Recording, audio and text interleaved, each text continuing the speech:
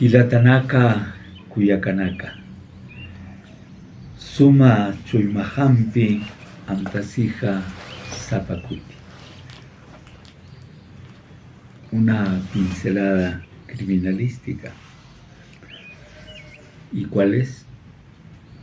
El señor Santibáñez, que fue ministro del Interior del gobierno de la señora Boluarte, y que lo hizo muy mal, mostró su incapacidad, mostró un espíritu beligerante frente a las verdades que se le decía, y fue retirado por el Congreso. Este Congreso se atrevió a censurarlo.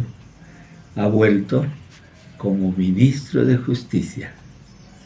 Ya no hay vergüenza. Podríamos decir que este señor Santibáñez es el Montesinos de Boluarte. También sabemos que ha salido esa ley de amnistía que está creando mucha zozobra, y hay una justificación mentirosa por parte de quienes la han publicado y promulgado. Vamos a tocar 3 puntos. Primera mentira. Esta ley se ha dado a favor de militares y policías que lucharon contra el terrorismo, a favor de la población.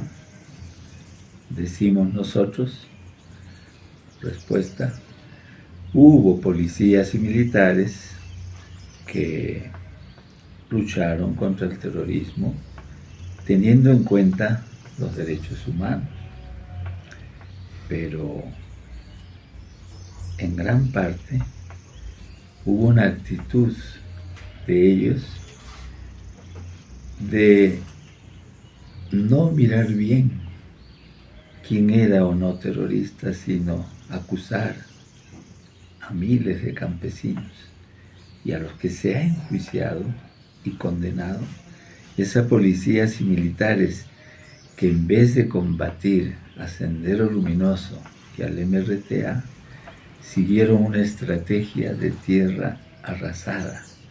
Violaron, asesinaron e incineraron a diversas poblaciones inocentes. La ley, pues, está a favor de los criminales. Segunda mentira. Dicen, no tenemos que hacer caso a la Corte Interamericana de Derechos Humanos.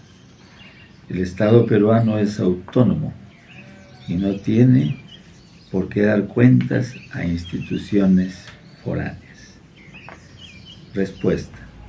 El Estado peruano no es una isla, sino ha firmado diversos tratados para que, si la justicia nacional no resuelve bien un problema o una afectación a los derechos humanos, las víctimas puedan recurrir a la Corte Interamericana. El Perú se hizo miembro de la Convención Americana en 1978, cuando gobernaban los militares de aquel tiempo, y aceptó la competencia de la Corte Interamericana en 1981 en el gobierno de Paniagua. El no aceptar la resolución de la Corte es propio de gente matonesca y de gobernantes antidemocráticos. Tercera mentira. Los policías y militares enjuiciados y apresados son víctimas. Respuesta. Esto es el colmo.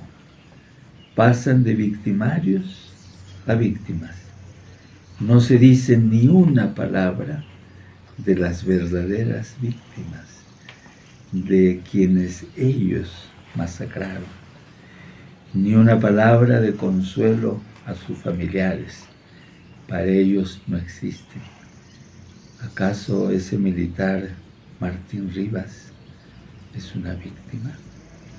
Y él tendría o tiene con esta ley la posibilidad, después de haber sido tan criminal, de salir libre. Instituciones del Perú y del extranjero han criticado esta ley injusta. La Corte Interamericana de Derechos Humanos, la Organización Mundial de todas las naciones, la ONU.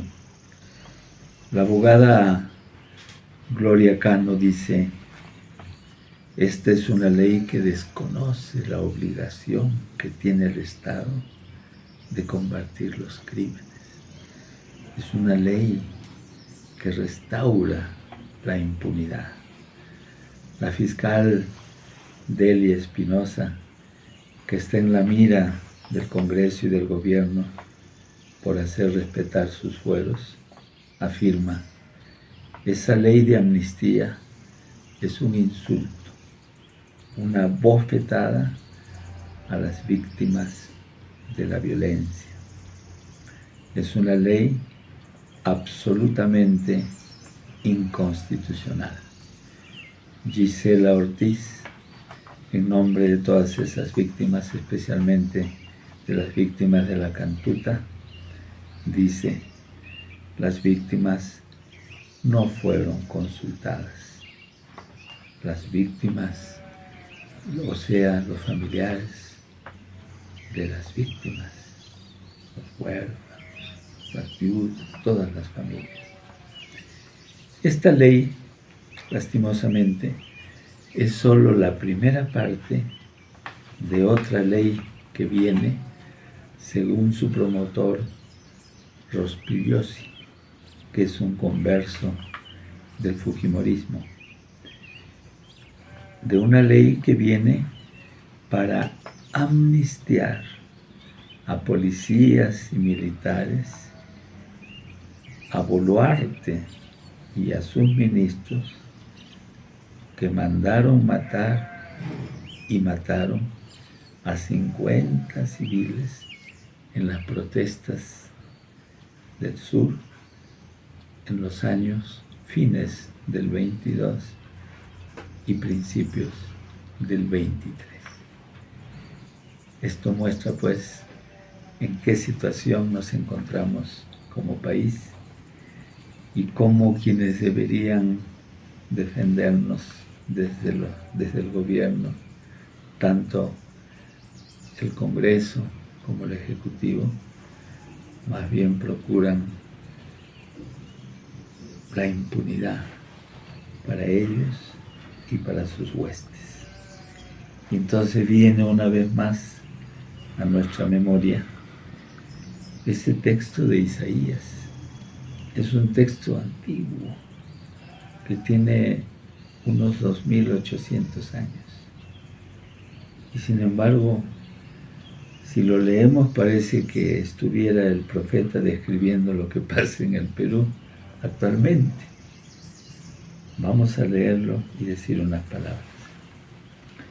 Está en Isaías capítulo 10, versículos 1 y 2.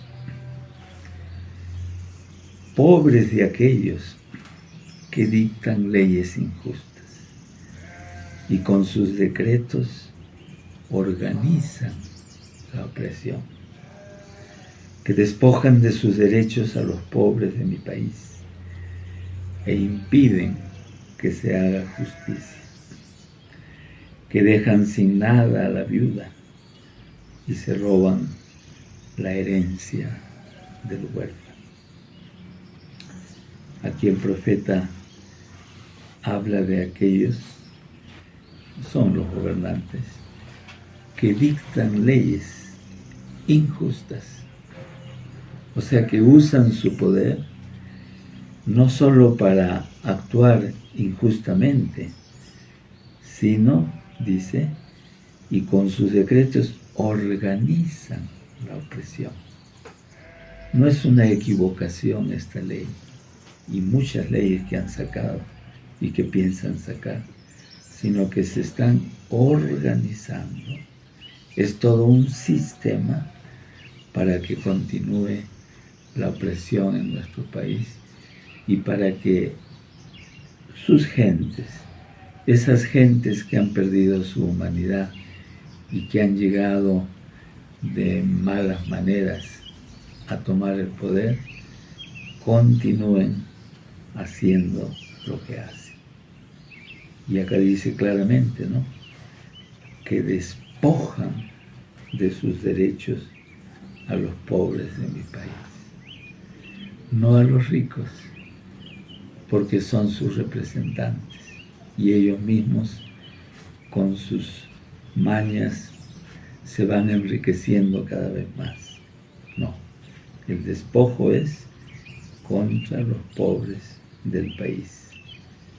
Y con esas leyes entonces impiden que se haga justicia.